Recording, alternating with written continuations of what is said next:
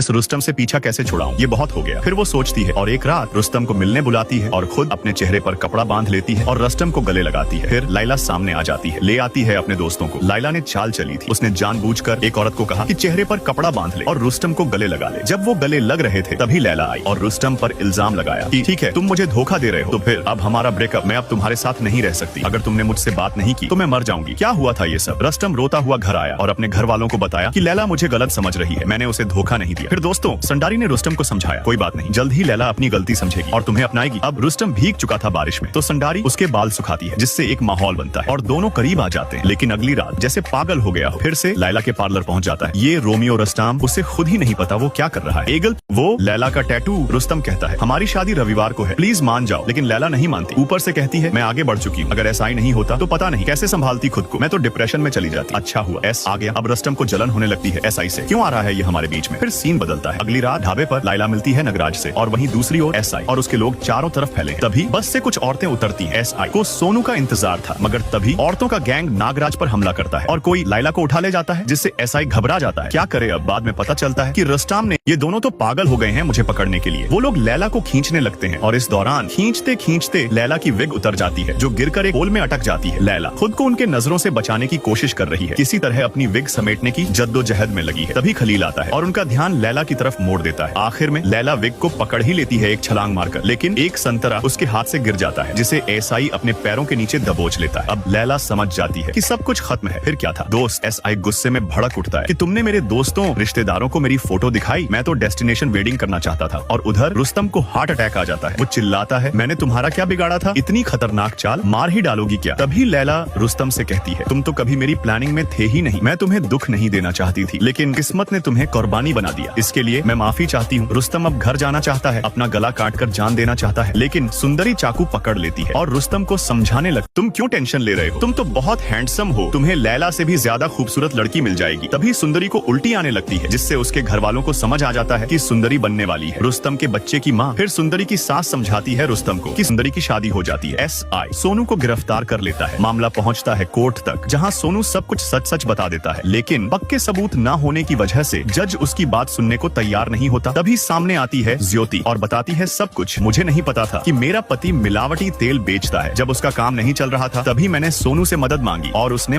ये मेरे पति ने सिला था, बताओ उसी ने फंसाया मुझे। ऊपर से जब मैंने सच बोलने की कोशिश की तो मेरे ही पति ने मुझे चाकू मार दिया और चुप रहने पर मजबूर कर दिया। ज्योति के साथ साथ कोर्ट में बैठी सारी औरतें कहती हैं हमारा सोनू बेगुनाह है, लेकिन सारे मर्द कहते हैं सोनू ही दोषी है। अब जज को कुछ समझ नहीं आता। तभी एक वकील खड़ा होता है और कहता है मैं उसका पुराना दुश्मन हूँ, असल में कई महीने पहले उसने मुझे लाइव